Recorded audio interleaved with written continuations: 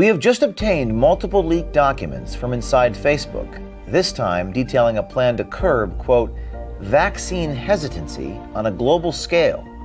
It was so concerning, it brought us not one, but two whistleblowers from inside Facebook who are ready to speak out on what this means for free speech and public discourse on their own platform. To do something. When it comes time to standing up for a world I want my children to live in, I don't want to leave them a world to where they don't have these liberties.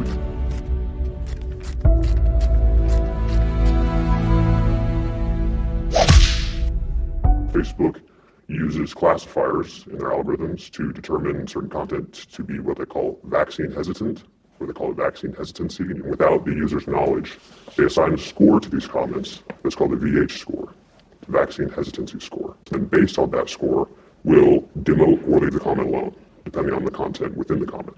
So the main document, along with all the attachments and stuff that goes with it. So basically, when they write this algorithm, it goes through Facebook content, and it looks for certain keywords that are related to vaccination or not getting a vaccine, stuff like that.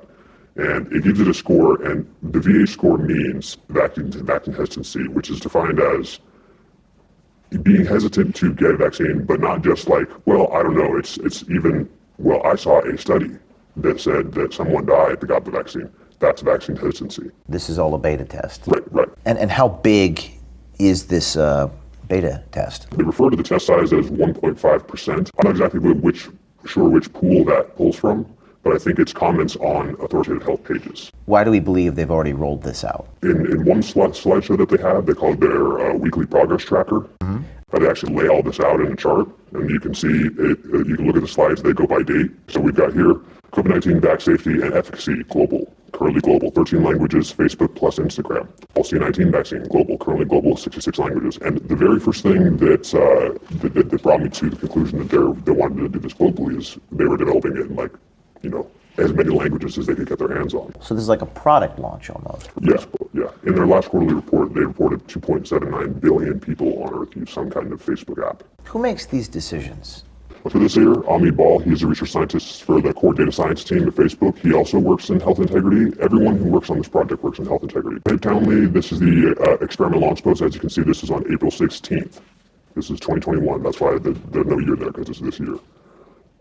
And Hendrik Townley is one of the software engineers that works on this. I think it was him and two other software engineers. And then Amit Bal wrote the actual classifier itself. I'm sure he had like a team of developers, but he is considered the one who wrote it.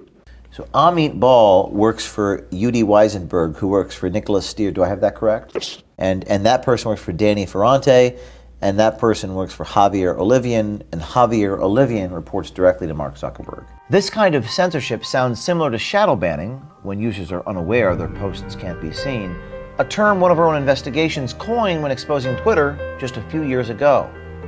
But this time, we're exposing Facebook and Instagram's methods to quash an entire side of a conversation, arguably one of the most pressing issues of the day.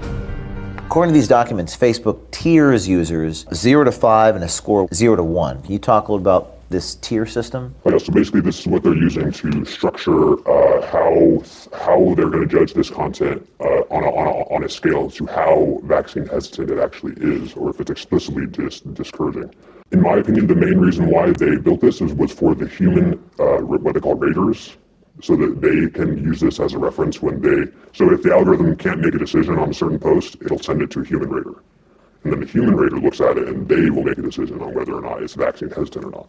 So we have tier 2, indirect discouragement. And what happens when you are a tier 2? So basically your comment is going to be suppressed. As to the scale of that suppression, it's hard to say. You have to look at it like a case-by-case basis.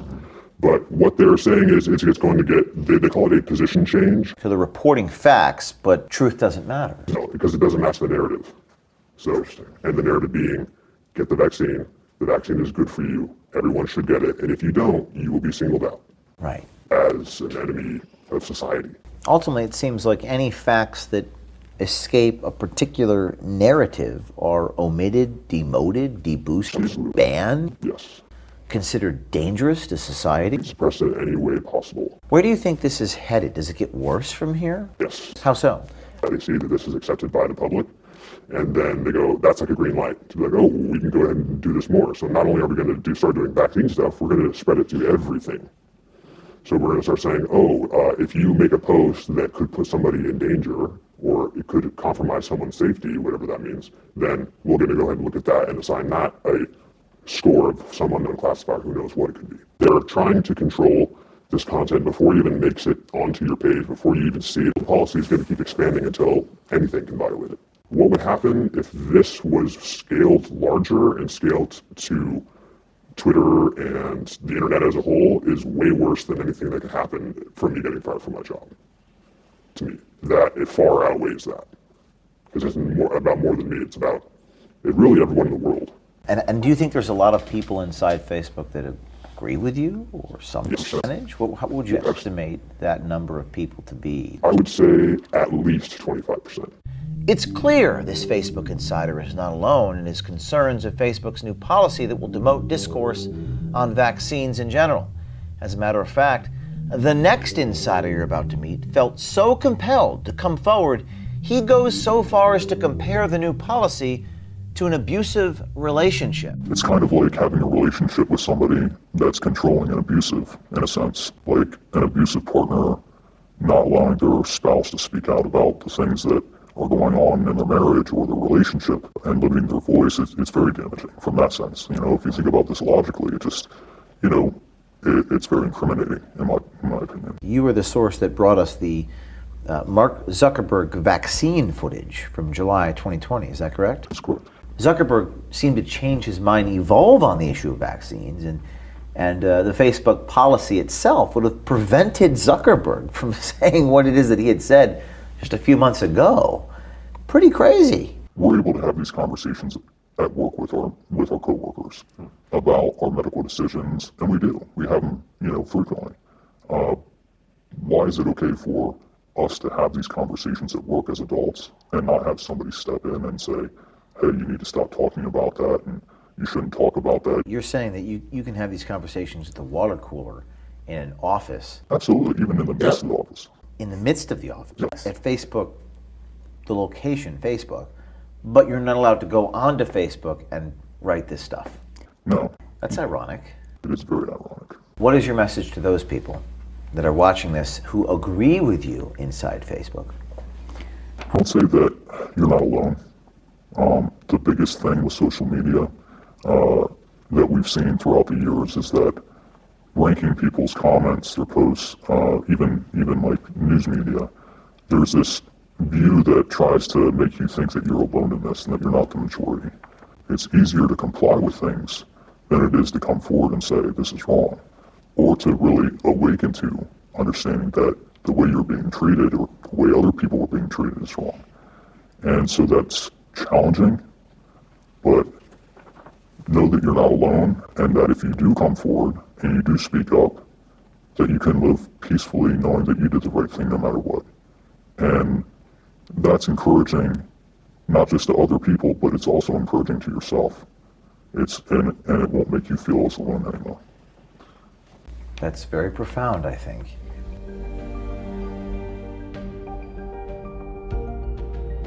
I'm Mario with Project Veritas. Really quick, sent you an email here a few minutes ago. I'm not sure if you've seen it yet.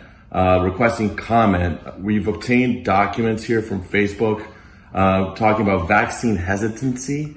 It's an internal document. It's pretty classified according to what we've seen. We've attached it in the email. We were wondering if you could provide us some comment on that. I'll take a look. Okay, thank you. And when can we expect a response by? I'll take a look now. Okay, excellent. We'll be looking forward to that. Okay, thanks. Thank Bye-bye. you.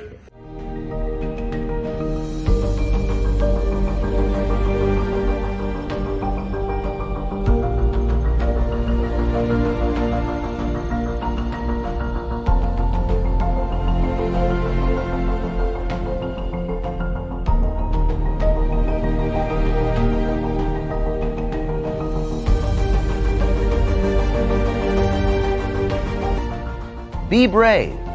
Do something. Follow their lead.